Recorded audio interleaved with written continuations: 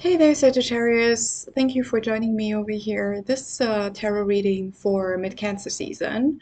And I pre-shuffled these cards so we can just jump right in. What can we see for Sagittarius for mid-Cancer season? Three of Swords showing itself there. But Three of Swords traditionally is a difficult card. Like it's about heartbreak. But for me, it's really showing the story of our life. Um, but it didn't commit, so that is just like a tangential energy. So what can we see for Sagittarius for mid-Cancer season? The Ten of Pentacles, I'm gonna put it right here so you can see it, and the King of Wands, which is Leo energy. Now Leo season is coming up, but this is the past position, so it could be last year or same time of the year.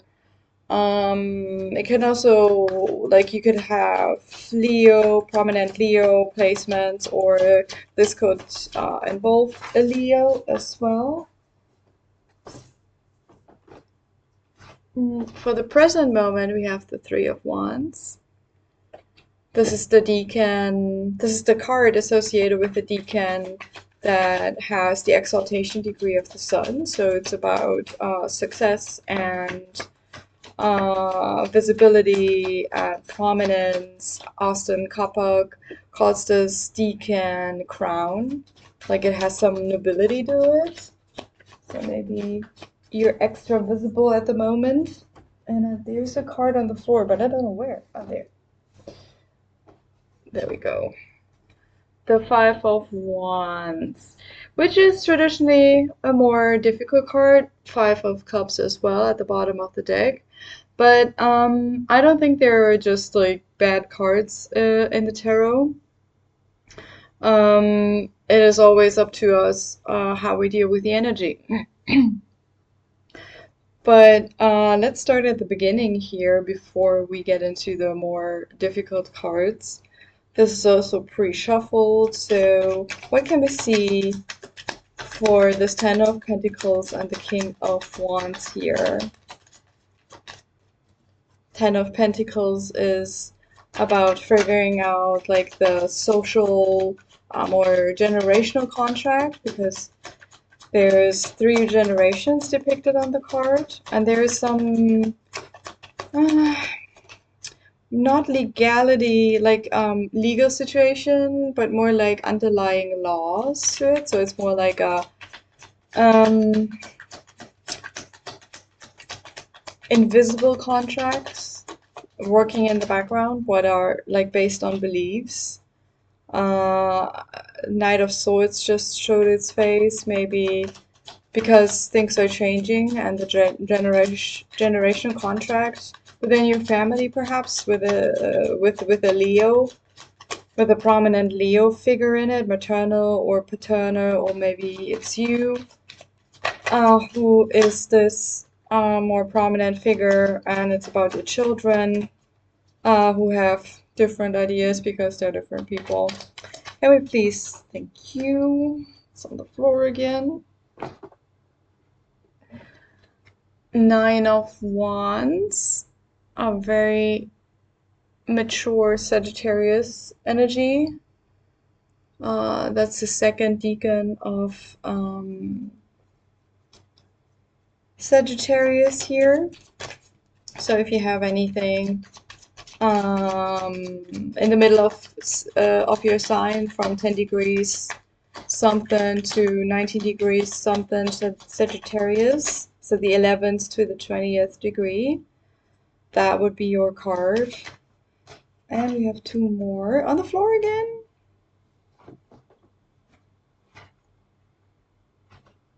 All right, we have the Emperor, oops, and the Three of Cups.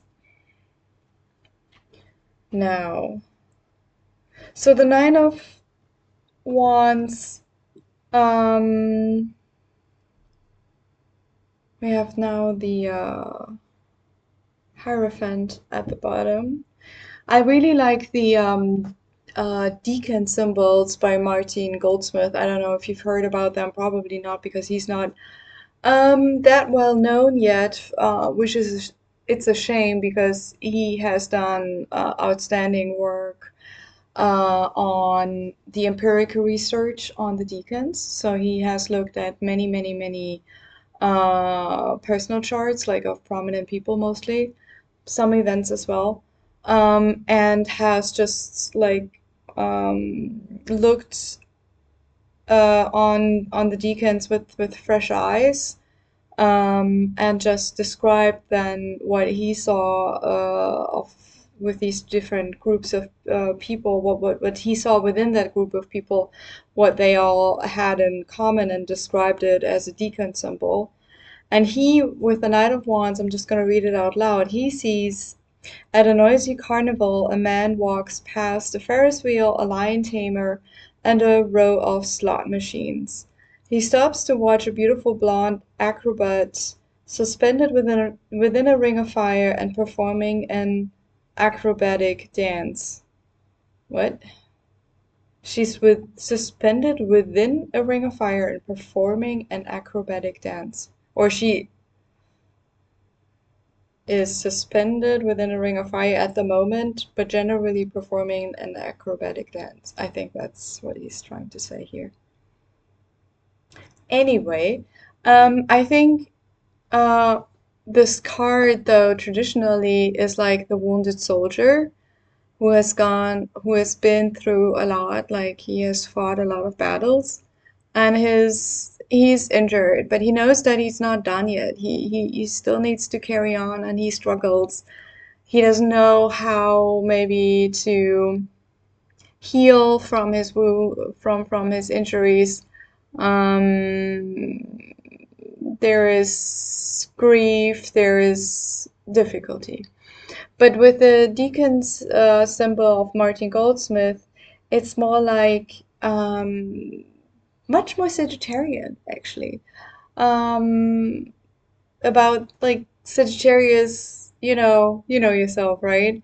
You can be very enthusiastic and just outgoing and just enjoying life. What is it called? Savoir vivre in French. My French sucks, obviously, but still. Had it 4 years in school, many, many, many, many years ago. Um, yeah, is it really that you're wounded? Is it really that you've been through a lot, or are you just not in the mood to face the more difficult stuff? It's kind of like, I don't really want to go to work, but I'm not sick, and I don't really have a reason to not go. But what can I find to kind of ditch my duties, so to speak? So it's a bit of a not too honest, but then again, energy. But then again, we need to live with ourselves. If we think this is fine, we are doing this for a reason. And I don't want to excuse any and all behavior um, like that. But it is also important to take care of ourselves. And sometimes it's not that easy.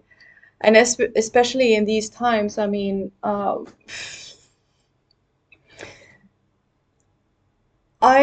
a child of the 80s, like born in 85, so I grew up in the 90s. And it was definitely a calmer, less frizzed out world. I want to say frizzed out, like where everything was a bit more simple.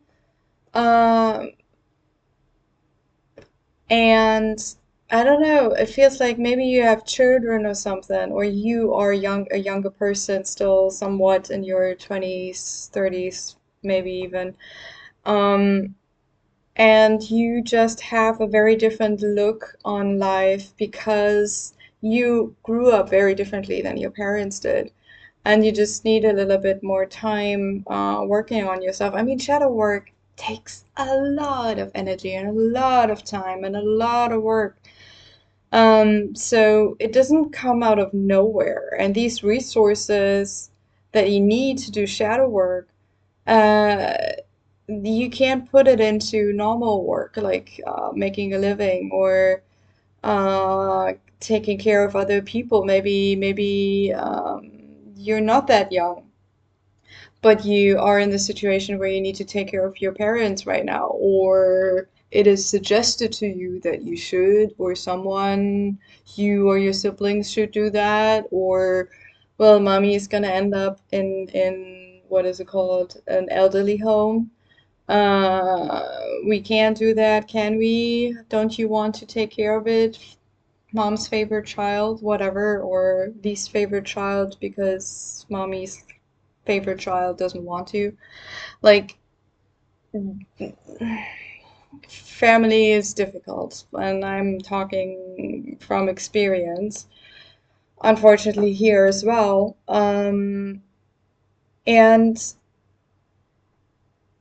with the Emperor here, I'm really wondering if that's you and you need to assert your position in saying no, perhaps, because I need to take care of myself. My own life is not that easy, and to be quite honest, the generational contract, like kids taking care of their parents, that's not really how I see it for whatever reason. I'm not necessarily saying you're an egotistical person and your parents took care of you and now you're just this ungrateful child, well, grown-up child, and um, you just don't want to do it because you have better things to do. No, it's usually much more complicated, especially like um, for people who are doing this shadow work, because you are a person who is interested in understanding what is really going on in the world. Who am I really? What am I doing here? What is my purpose in life? And it just takes a lot out of you to find any meaningful answer to any of these questions. And then it's not just that the question sometimes changes, the answers change depending on the perspective that you have. Um, like your beliefs change over the years, and then you have to rediscover and rework on stuff that you thought you already had figured out. It's not that easy, and then it is really.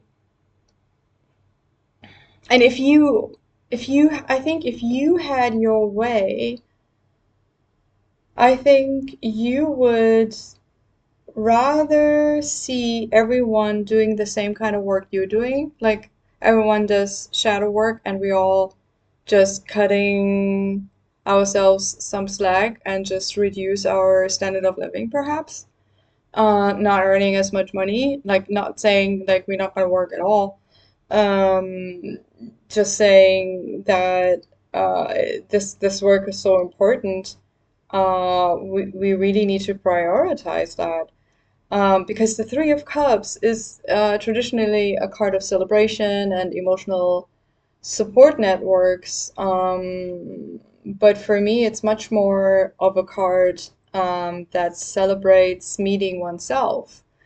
It is also ancestral lineage and going back through, like, looking at what have my parents experienced emotionally and what have they passed on to me. What can I see in my parents that probably originated in my grandparents, and do I know anything about my great grandparents and their lives?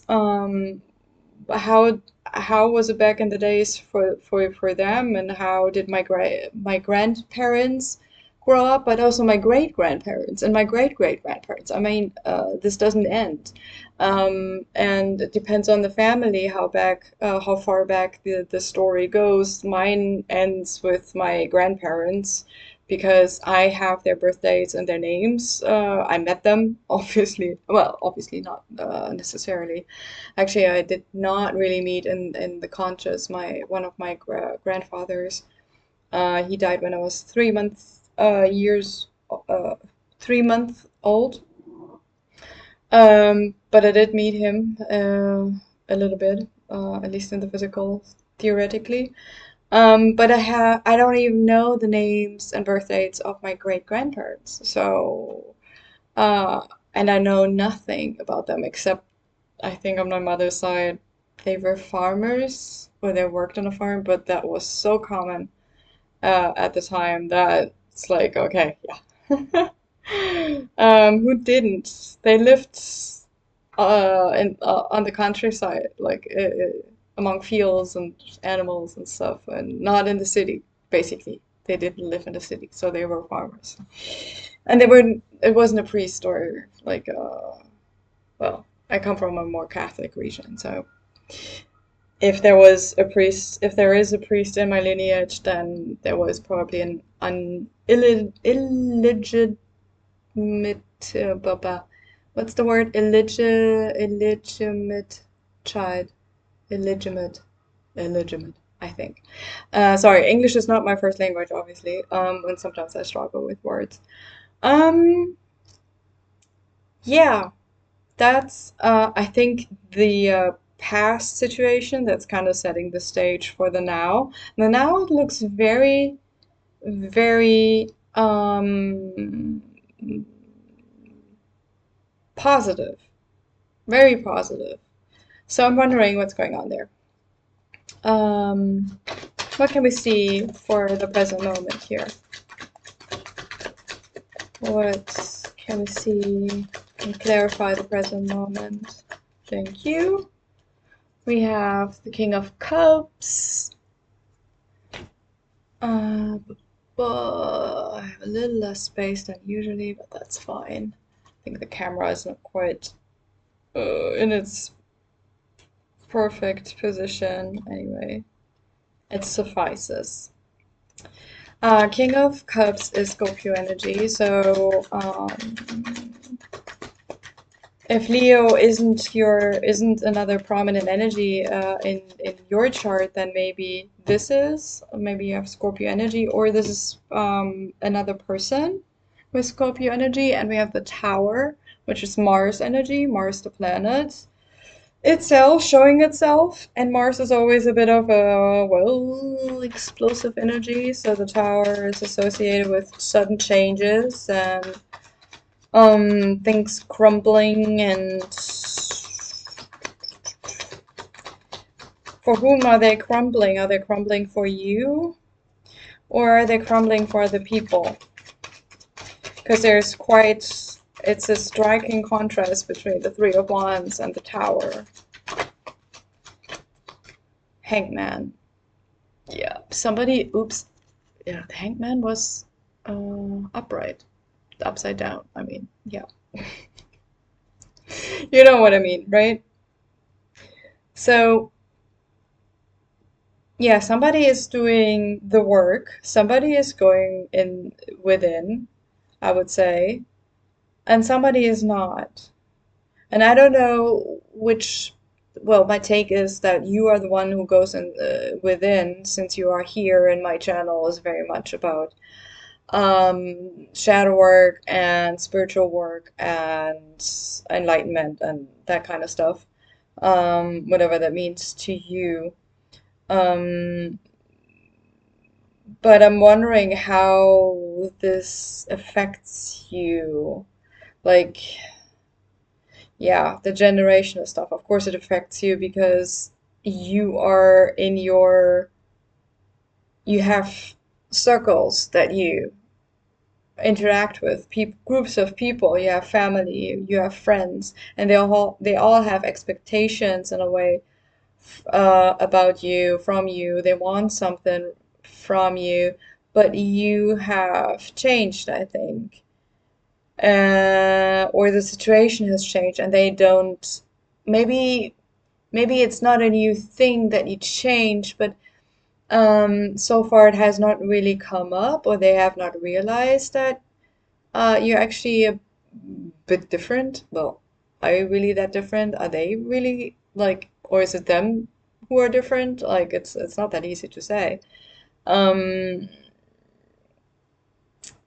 and now maybe they're realizing that this person is actually not who we thought we are, or the other way around. Maybe you're realizing, huh, I thought everyone is doing this kind of work that I'm doing, but apparently not. So it can go either way, but either this is about a Scorpio person, or it is it is based on that you have much more of your emotional ducks in a row than the people around you, and you're starting to notice that. It becomes very apparent to you, I would say. Um, do we need, it feels like I need to know something else about that. I'm gonna clarify with this deck, which, like, I have forgotten the name again, I'm so sorry. But I can actually look it up. Just let me climb down here. Oops. It's called Crystal Tarot. So I didn't shuffle these cards ahead of time, so I need to do that right now. Let's flip that again. And one more time, because 3 is a charm. There we go. So sad. What else can we know about this present situation of yours? Thank you. 2 of Swords. Yeah, it's a card that needs to go, that says you need to go within. 10 of Swords at the bottom here. Um, Let me look up the deacon symbol for the 2 of Swords. Ah, yes. Ah. Um, Well, the deacon symbol is enjoying a day in the park with her boyfriend. A young woman looks down to find a white butterfly perched on her shoulder. Her boyfriend snaps a picture and in that instant realizes he is falling in love.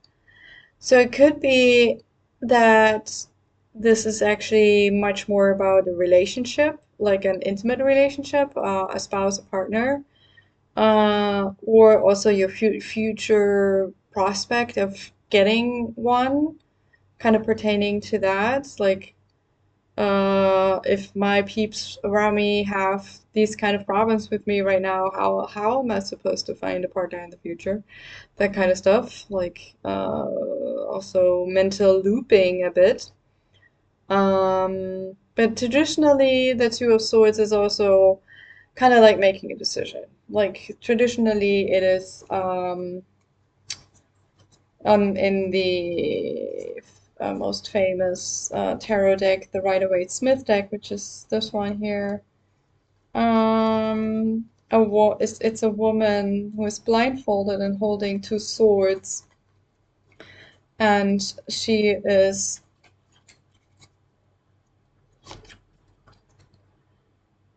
going within um, to make a decision. It's the first deacon of Libra, um, and Libra is cardinal air. So it is like the initial decisions that you make, and then you need to work through all the consequences and make those other following decisions, which all lead back to that very first decision in a way, either reaffirming that first decision or contradicting it. And you just noticed, oh, I actually changed my mind during the cycle going from the 2 of Swords to the 10 of Swords, which we have here. Like with experience, that was the initial direction that I took was not as wise as I thought it was, and I'm going to course correct. So you kind of need to find your own way here, I would say. And it's probably quite different to the one that other people expect you to do, or that they're doing themselves, and you'd rather have them in a way not do that. So there's a bit of, yeah, there is a bit of a fight, a bit of a battle going on. The Five of Wands is here in the future position, and I'm going to clarify it in a second. But the Five of Wands is really more of a playful battle than really a serious fight. But then again, can we always distinguish between the two? And I mean, we do injure ourselves. We can injure ourselves during practice as well. It's not like we just wrap each other in bubble wrap and no one gets hurt ever. Like that defeats the purpose, right? So it's a bit of a two-edged sword, but the two-edged sword we already have here in a way. So Martin Goldsmith phrases the energy of the deacon as follows. A circus parade led by a beaming child driving a horse-drawn chariot. Behind him come elephants, lions, giraffes, and a swaying brass band of saxophone, tubas, and trombones, which is a battle of attention. Like the whole scene is for me describes distraction. Are you gonna look at the child, which is beaming, or are you gonna look at the horses and the chariot, the elephants, the lions, the giraffes, or the brass band, and among them like the trombones, the saxophones, or the tubas? I mean, it's so much. It's probably so loud with the band and the elephants. Everything's touting and making noises. I mean, it's insane. And it really reminds me of the times that we live in with all the jazz and jingles and that everything distracting and social media, news, stories coming every nanosecond almost, kind of washing through your brain and taking every coherent thought with it.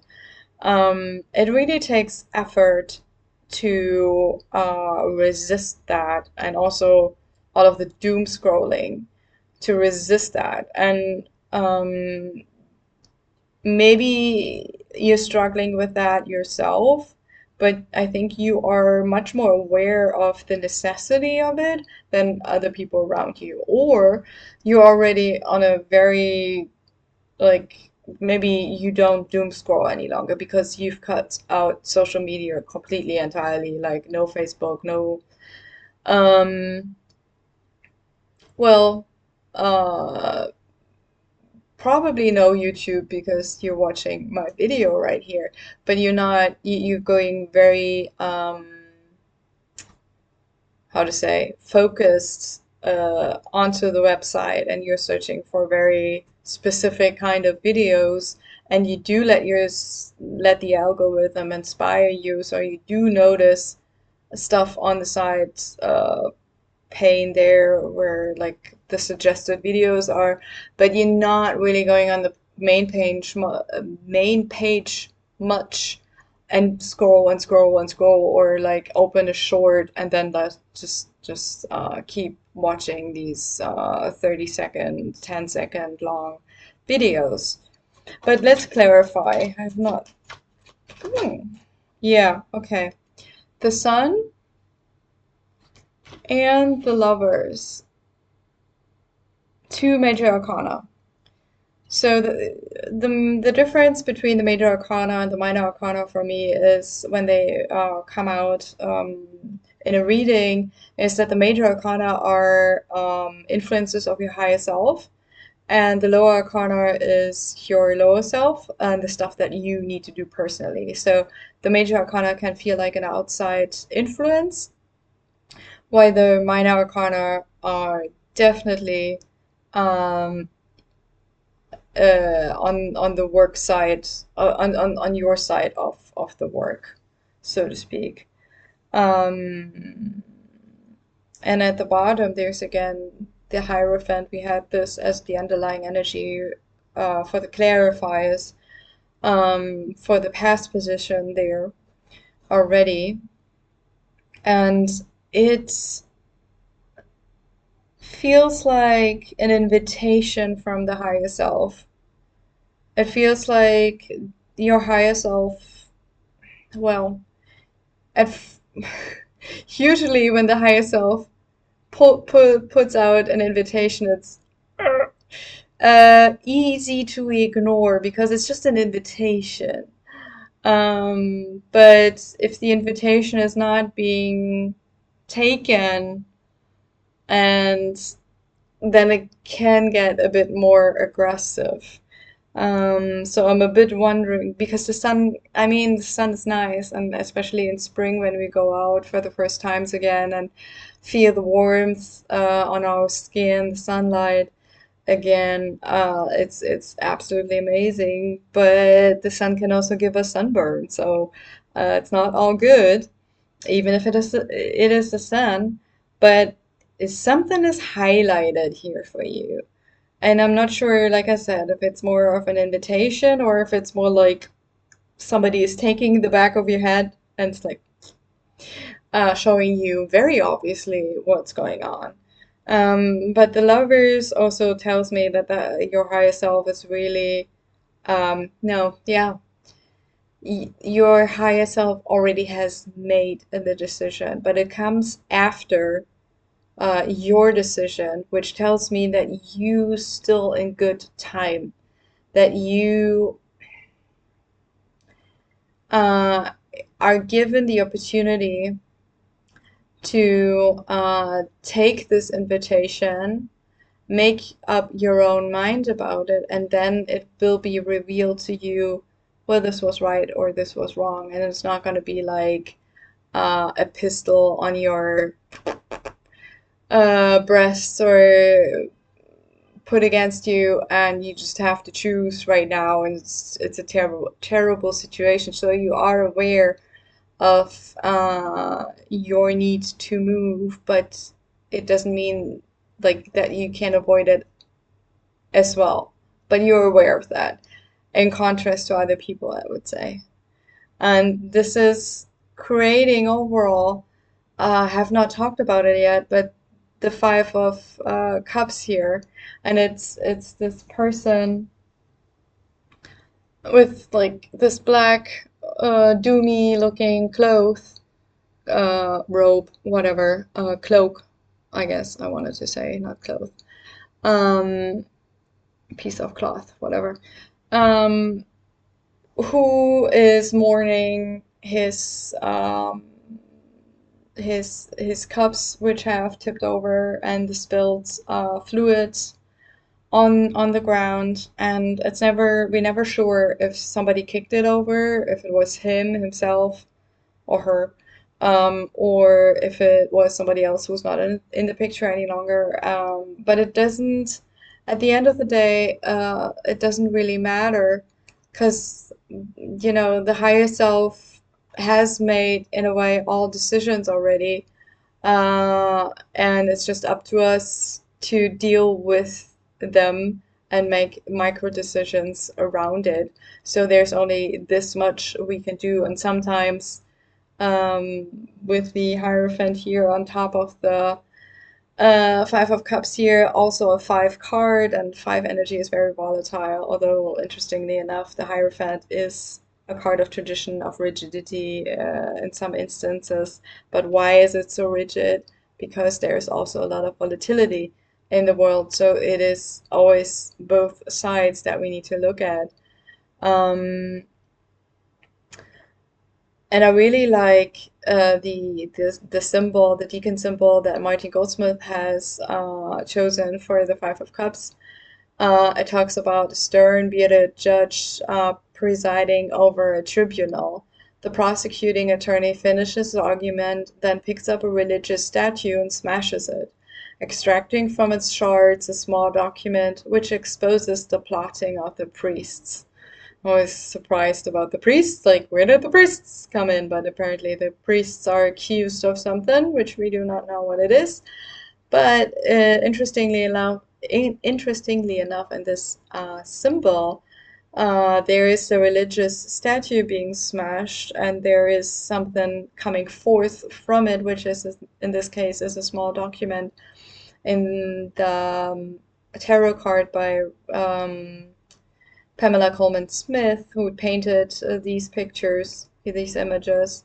It is fluid that has been revealed really and absorbed by the ground.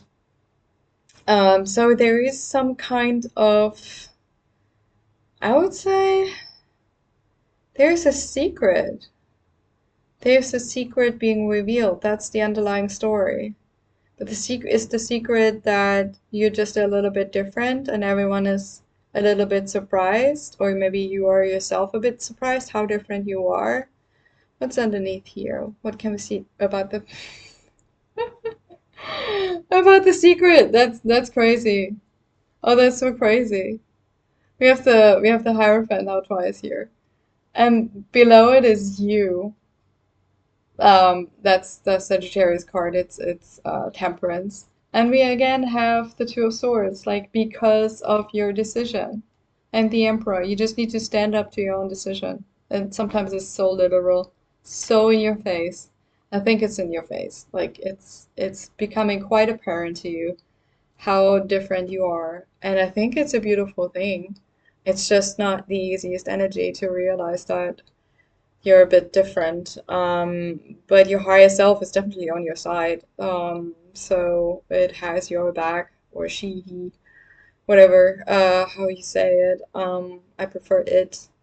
Um, yeah, this is amazing. I like it. I'm very much interested though, how it really plays out in your life. So I would very much appreciate it if you leave a comment, and tell me about how this is playing out in your life.